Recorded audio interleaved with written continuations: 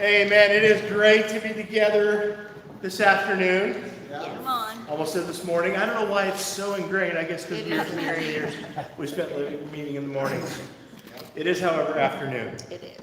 So if you've been following along in thread, this week's theme was calling. Calling. Jesus came out and as he executed his ministry, as he started his ministry, it was absolutely and without question a specific calling for those who chose to become his followers. And we're going to talk about the relevance of that in our own lives today. We're going to look at first part of Mark. We'll be in mostly in Mark today if you want to get prepared. We will share a lot of the scriptures on the screen. I like to mix it up. Sometimes I don't do that. This week we are. So ha ha ha. But when you think about calling, the first thing I think about is this telephone, right? Yeah. You say, wow, Aaron, that's an old-looking phone. That's exactly what the telephone looked like, the first phones when I was a kid. Yeah. Rotary, handset, plugged into the wall. We had some beige ones, but yes, they were Very pixelated. They were mostly black. Sorry, Tom, that the quality of the photograph doesn't meet your high standards. Back then, they didn't have good pixels. Yeah, well, that's why I did it. It was really just to show how old it is. It's because when I blew the picture up, it became pixelated. And Tom wants everyone to notice that. Thank you. It's funny when I blew it up, I go, wow, that's really pixelated, but nobody will care. Nothing good enough for you, Tom. I got you covered. I'm kidding. But it was funny because, Julie and I like to do community theater, and a couple years ago we directed a play up in Hammond. Actually, Celeste was our stage manager. We had a great time. And in the play, there was a phone, except it was wall-mounted, but it was like, it was a rotary phone, it was black, it was all this stuff. And the main actress who played the ingenue, at some point, she has to go make a phone call. And the first rehearsal where she took the phone off the hook, she stood there and looked at it, and she actually walked up to it and didn't do it. She goes, how does this thing work? Wow. And I said, well, you just take it off the hook. And I said, okay. And then she goes, now what do I do? I go, well, you dial the number. And she looked at the dial and she said, how do I do that? And she was not an unintelligent person. She's actually a very bright young lady. She had just never been exposed to a rotary phone before. Yeah. And I thought about how profound that was. I mean, in my moment, in my judgmental, whatever snarkiness, I wanted to go, oh, how does nobody? But then it really occurred to me, generationally, we've gotten so far from this technology, right? Yeah. I mean, we think about that. After this, we had the touch pad. Yes. So that she probably would have understood because it was similar to, except it's analog, but at least it's a touch pad. And then after that, we got the cordless phones. And then you started getting phones in your car, but the first ones, if anybody remembers, they were bags. They were huge. And you either had to be a doctor or a drug dealer to have one of those things. Yeah. One of those two. Or both. What's that? Oh. And then you then had the brick phone, so it was handheld, but it was like huge. Yeah. Right? And then we went into different iterations of that, and then the flip phone, and then a major breakthrough with the BlackBerry. People used to call them the Crackberry because people were addicted to them. They didn't have any touchscreen, they didn't have apps. They simply did something that no phone before that did, and that was deliver your email as well as your phone call and text. So up before that, we had phone call, and you had very, very tedious texting ability. Very tedious. But now all of a sudden with the BlackBerry, you had a full keyboard, and you had your email, and it was revolutionary. I'm not even sure the BlackBerry company is still in business anymore. I don't know. But everybody had a BlackBerry for a while. But then the smartphone came out, right? And now it's not just a phone, it's a full computer, it's all these apps, it's everything, it's our whole life. Our wallet's there, you go buy stuff. You don't even need to use your wallet, you just tap your phone. It's crazy ridiculous. But the transformation and the change, and the other thing that changed is the ability to know who was calling before you had to make a decision if you were going to answer the phone. When I was a kid, with this phone, if the phone rang, your only way you knew who was calling was to go answer it. And we learned phone etiquette. I had to learn the proper tense, the verb, I couldn't say, yeah, it's me. I had to say, this is he. My mom taught me all that in proper English all the time. I had to answer Bradford residence. Can I say there? This is he. All that kind of crazy. I still answer the phone that way. Isn't that weird? I just my mom drilled it into me as a child. Sometimes I say, this is Aaron, if I answer, but yeah. But so now, so then it changed a little bit because over time we got this really new, when we got the cordless phones and all that, we started getting what caller ID, and the phone would have a display, at least tell you the phone number of the person calling. And if you knew numbers, then you'd like, okay, I'm not going to answer this because it's Jody Catch. I'm not going to take it. It's just Tom to tell me that my pixels are. It's Tom calling to tell me that my pixels are unacceptable. So I'm not going to answer this.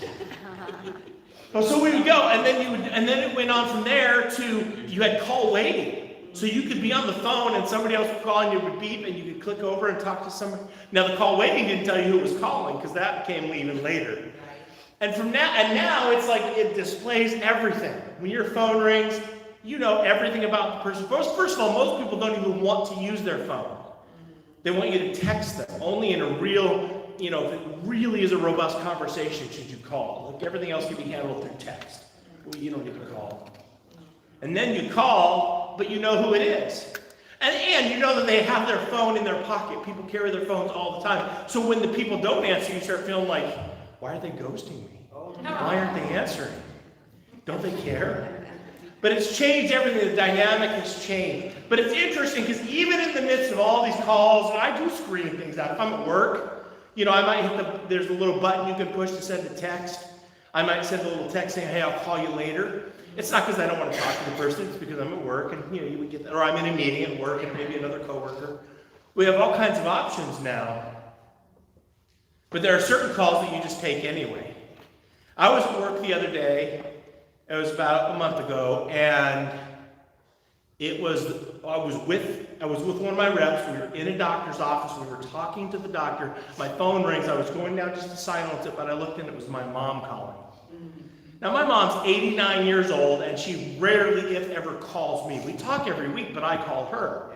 So when it was my mom calling, everything starts going through your head. Like, it's not really my mom, it's one of her aides, it's somebody that's kind of checked. I mean, all this stuff. I'm freaking out, So I run, I go, I'm so sorry. I canceled the meeting. I'm so sorry. I've got to go. I went out in the lobby. I picked up the phone, and my mom answers. She goes, happy birthday to you.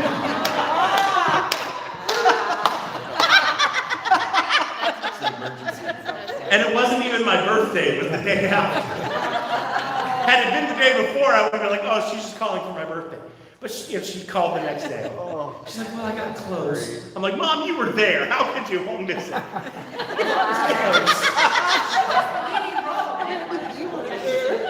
She was.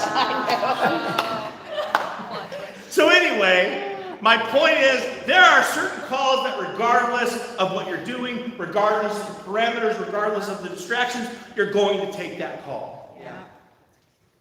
So the question I have for us, and the question I want us to ask throughout the lesson today is, how do we respond when Jesus calls? Come on. Do we take that call? Or do we hit the message send? Or do we hit send a voicemail?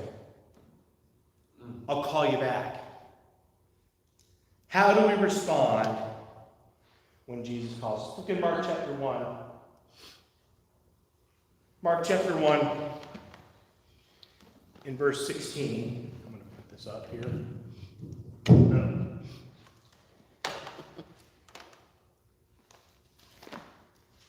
Mark chapter 1 and verse 16. Jesus walked beside the Sea of Galilee. He saw Simon and his brother Andrew casting a net into the lake, for they were fishermen. Come, follow me, Jesus said, and I'll send you out to fish for people. At once they left their nets and followed him. When he got a little farther, he saw James, son of Zebedee, and his brother John in a boat preparing their nets. Without delay, he called them, and they left their father Zebedee in the boat with the hired men and followed him. So here we get the call that Jesus had in these early disciples, and we see their response, and we see how they answered the call. And the call of Jesus initially was follow me. The call to follow me. What does that really mean to follow Jesus? What does it really mean to follow Jesus? I think so many times in our lives, we like to decide for ourselves and define what that means, and then decide if I'm going to do it or not. But Jesus didn't give them that option. He didn't say, decide what you think it means to follow me and then make a decision. He said, follow me. By the way, everything's going to change. You're not going to be fishermen anymore. I'm going to teach you how to fish for people. Everything's going to change. Life's going to be different. Here is the call of Jesus to become, as some versions say, fishers of men. That play on words. You were fishermen to be fishers of men. But see, I think what's interesting is in the kind of the broader religious world that we all grew up in, the cultural Christianity that we've all been exposed to most of our lives, commitment to God and Christianity gets kind of defined in different tiers. You know, there's sort of like cultural Christians because your family is Christian or Catholic or whatever, and so that's what you are. And then there's more like, well, you've made a personal decision. Some groups even say that means you were born again because you made that decision. So there's Christians, and then there's born again Christians, and then there's really committed Christians. But see, that wasn't how it was in the time of Jesus. That's not what he established when things first started out. But as we approach Jesus and his message now, sometimes we're like that young girl in my cast who's looking at a rotary phone. How do I even use this? How do I even do this? What do I do now? And the way we communicate, the way we respond to calling is so far from how things were in the time of God, in the time of Jesus, in the time of the Bible, that it's time for us to get back to that original call of Jesus. Come, follow me. It was simple. Come, follow me. It's comforting to look at it as tiers, though, right? Because then we can decide where I'm most comfortable slipping in. Which tier of commitment do I most kind of adhere to? Yeah. And then I can self-proclaim that I'm a Christian, and who's going to contradict me? Well, unfortunately, it might be Jesus, right? And that's what you want to avoid. Yeah. So we want to be a Christian in the way the Bible describes, which is to truly be his follower. As we say, well, what really stands in the way? I think about my own life.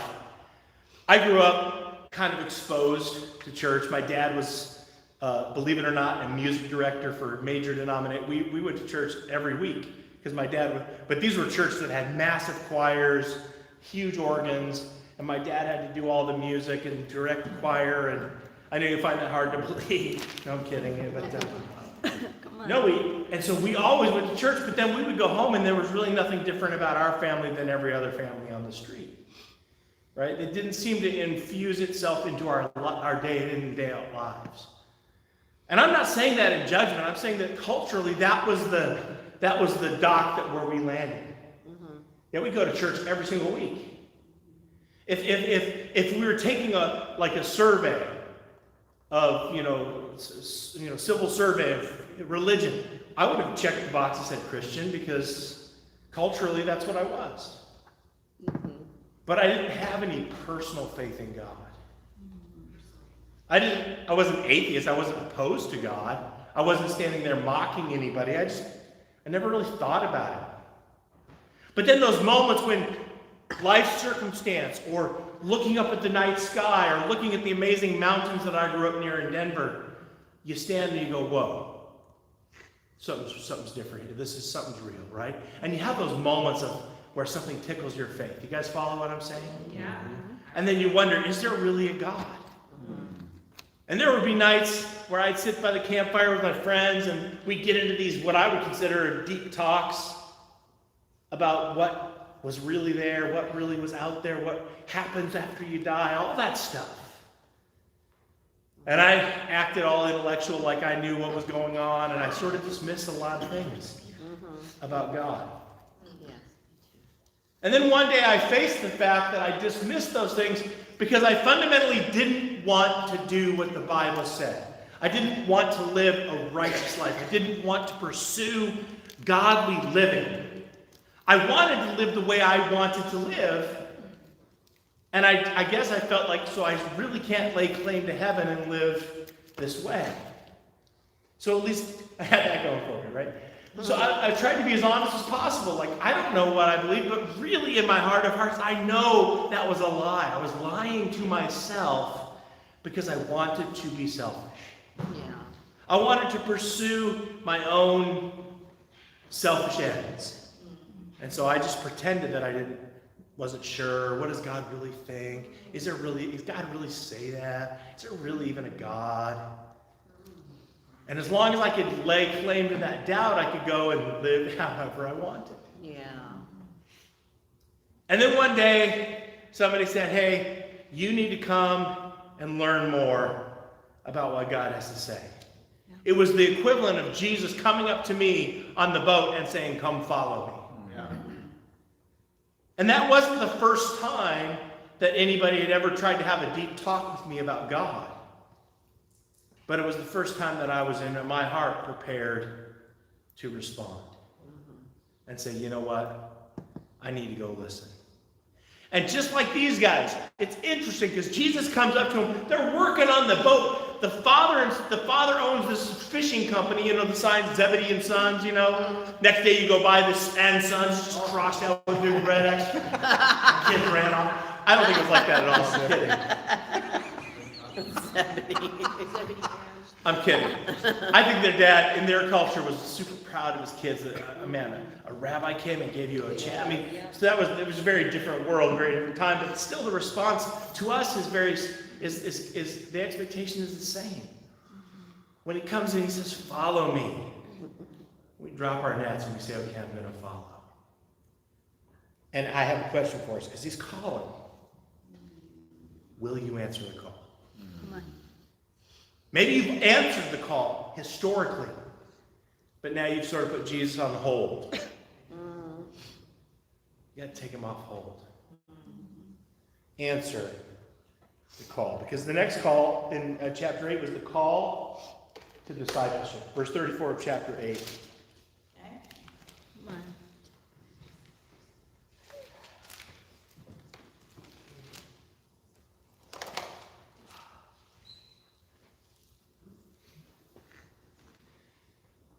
Then he called the crowds to him along with his disciples and said, whoever wants to be my disciple must deny themselves, take up their cross, and follow me.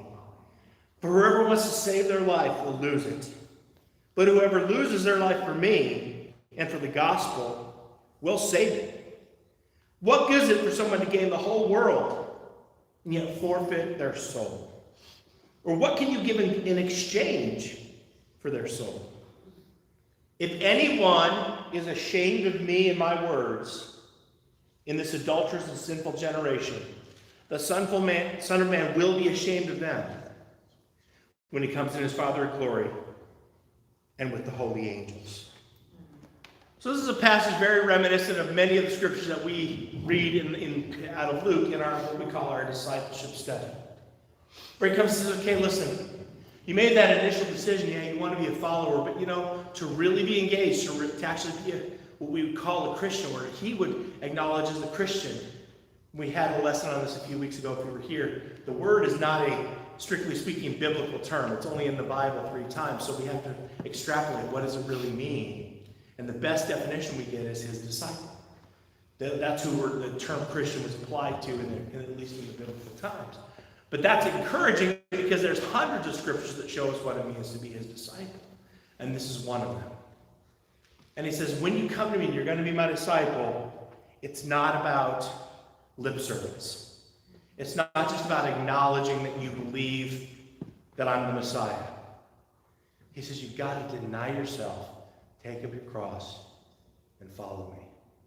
There's a guy who wrote a very famous book. He wrote it, I think he wrote in either during World War II or right after Dietrich Bonhoeffer. He wrote a book called The Cost of Discipleship. It's a very, very famous book. And he says, there's a quotation in the book that's really powerful. He says, the call of Jesus is a call to die. The call to discipleship is a call to death. And I think that that's so true. It was literally true in this day, because many of these folks were actually martyred or were persecuted in really profound ways. We may not face literal persecution to death for our faith, but dying to yourself, denying yourself, saying, you know what, God is actually first, and I'm down the road of my priorities. And here's the thing that's really convicting for me, at least. I don't know if you share this conviction, but it's really easy to say I believe that, like in my theology, like that's what I believe to be true.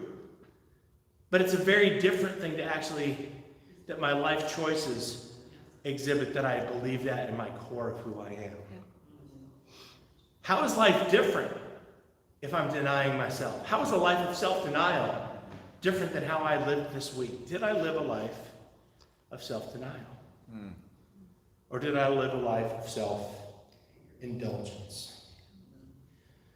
The call to discipleship is a challenging one. It was really interesting because back when the storyline I was sharing earlier, I navigated some of these rivers of doubt and these areas of concern and wasn't sure what I really felt or thought. And finally I said, you know what, I really do believe there's a God, and I really do want to learn about the Bible.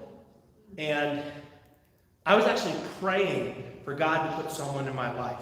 And I was going up to, people weren't sharing their faith with me. I was sort of bizarro sharing my faith with people. Like if people were wearing like a jewelry of a cross, I would say, hey, I see you're wearing a cross. Do you know the Bible? Will you teach me the Bible? I literally said that to a guy in my dorm. He was one of the RAs, and he was wearing a big gold cross, huge. I go, wow, you're wearing a cross. Can you teach me the Bible? He goes, no. No idea. No idea where I'd start. Come on. I'm like, oh, man, darn it. But I was like wanting to do something to respond to what I felt like was this invitation of faith. But one thing that was very clear to me before I ever studied a single scripture was if all of this is really true, then it should be the most important thing in your life. Because to me that was just simple logic. If God is real, if Jesus died on a cross to save you from your sin, what else matters? So when Jesus comes and says, deny yourself, when Jesus comes and says, I'm not going to compete with your family for your devotion and your love, doesn't mean you don't love your family. You're actually going to learn how to love them more by loving him first. But he's not going to compete on a scale of devotion. That's bold words. It'd be easy to say, who do you think you are? And he's saying, I am the Messiah, the Son of God. So it's interesting because we reject this notion that there are different tiers of Christianity. Like when I say we, I mean our basic theology, our kind of in our DNA of what we teach and what we claim we believe. We reject that notion. We teach this concept of discipleship, but subtly and maybe secretively, we actually embrace the reality of tiered commitment in our hearts, in the way we live our lives day in and day out. And things like reading this book of Mark, rereading the Gospels, digging into it this deeply once again is a time for us to reset and recalibrate in our own hearts. Like, am I really living as a disciple? Do you remember hearing those teachings for the very first time? Yeah. Do you remember when somebody sat down and taught you what a biblical Christian was and that it meant to be a disciple? And here's what that means. And they talked about this idea of self-denial. They talked about this idea of God over everything else. They talked about this concept of living with a purpose that was God-given, to go out and fish for people. All those elements to love one another, John 13, and really loving each other. Loving others above yourself. Do you remember learning those things and deciding, yes, this is how I'm going to live? Do you remember how you responded this really makes sense to me. If God is real, of course this call of God is reasonable. And I'm going to respond. And then many of us did. Many of us did respond. But you know, the call of discipleship is not for the faint of heart. Being an actual disciple of Jesus is a higher calling. And I think many of us answered that call and then we've gotten tired. Or we've gotten war weary. Or we've just gotten distracted. This is a call back to the core principles of what it really means to be a disciple. So the reality is Jesus is calling. Will you answer?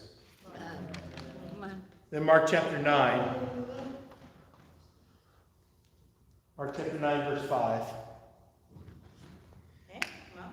Peter said to Jesus, Rabbi, it's good for us to be here. Let us put up 2, verse 2. I started in verse 5, it's my fault. After 6 days, Jesus took Peter, James, and John with him and led them to a high mountain where they were all alone. And there he was transfigured before them. His clothes became dazzling white, whiter than anyone in the world could bleach them. And there appeared before him Elijah and Moses who were talking with Jesus. Peter said to Jesus, Rabbi, it's good for us to be here. Let us put up 3 shelters, one for you, one for Moses, and one for Elijah. He did not know what he was saying. They were so frightened. Then a cloud appeared and covered them, and a voice came from the cloud. This is my son, whom I love. Listen to him. Suddenly when they looked around, they no longer saw anyone with them except Jesus. So we know this idea of transfiguration. We've read this story before. We actually read it last month. I want to look at it from a different perspective today. This idea of the call of discipleship is unique to each person. The basic principles are universal, but our actual call is personal and unique. See, Aaron, what do you mean? Well, there were 12 apostles, hundreds of disciples at this point of Jesus, but only 3 went with him to the Mount of Transfiguration. And it wasn't that he loved these other followers any less. It wasn't that he loved, these guys. It was that he had a mission for them that was going to become necessary for the fulfillment of their long-term life mission, that they had this experience. And I think about things that we go through that are hard. Why am I going through this and they're not? I'm the one who's a Christian. I give every week. I love people. I show up at stuff, and yet this is happening in my life. Whatever the challenges, a challenge in my relationship, health challenges. God has a plan that we don't fully understand in the moment. But he's using these experiences to train our hearts and the hearts of our loved ones as we pursue our relationship with him. So we see from the thing here was a unique call. So he called them to be followers. He called them to be this. There was a call of the discipleship, and the call was unique. And I believe it's unique for us today. As a cross-reference for you to read on your own at home, 1 Peter chapter 4, verses 12 to 16. Encourage you to read that in your quiet time this week. It just reiterates, Peter just reiterates what we've been talking about, the depth of the call. The depth of the call that we've been exposed to. Okay. Jesus is calling, but we want to avoid suffering. Yeah. Jesus is calling, but we want to avoid pain in our lives. We want to avoid discomfort. Jesus is calling, but we want to pursue pleasure. Jesus is calling, but he's calling you to embrace that call. He's calling you to be a follower. He's calling you to be his disciple. And he's calling you in a unique call that's specific to you because he loves you. He cares for you. He's calling today. Will you answer the call? Thank you. Amen.